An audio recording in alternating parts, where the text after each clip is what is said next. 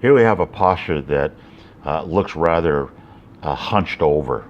I'd like to see the head more up on the red line of the spine line. The knees probably are bent a little more than they need to be.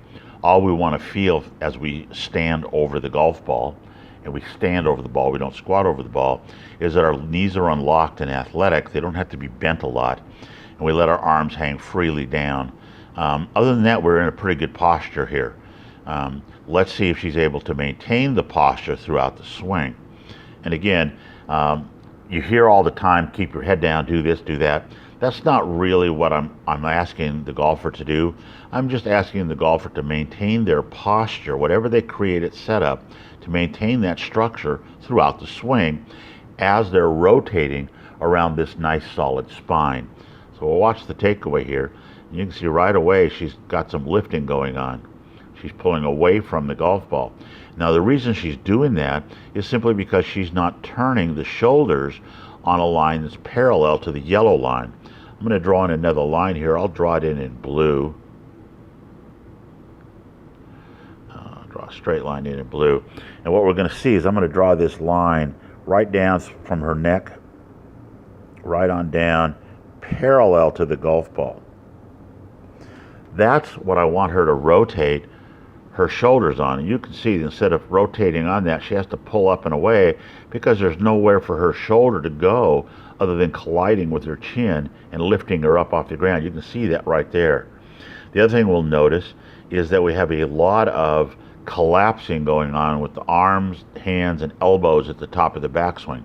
Now I'm going to come back to that in a moment. Let's watch the downswing now. And there she's trying to get back to that original setup position. Not bad. The club is pretty good on plane right there if she leaves it there, but what she does is she comes out over the top of the plane with the head of the club, and the plane is the space between the blue line and the yellow line. Now she brings it down to that, but because she's coming over the top, it's more of a chopping motion. And notice that the club face is wide open, so she's going to be chopping at it with the heel and coming across it. Off to the right the ball will go. See, there it goes off to the right. Okay, so let's go back to the collapse at the top, and let's get everything out of the way so you can see that. We'll undo this. We'll clear everything out of the way. By the collapse, I mean the shoulders now are very level to the ground. The lead arm is bent. The trail arm is bent way past 90 degrees. And if you look closely, you can see that the hands have kind of rolled over, that the left hand is not in the same position it was in at setup. We don't want our hands to change their relative position to the forearms anytime during the swing. We want those to stay exactly as they are, so we minimize the need to be all athletic and do a whole lot of hand-eye coordination.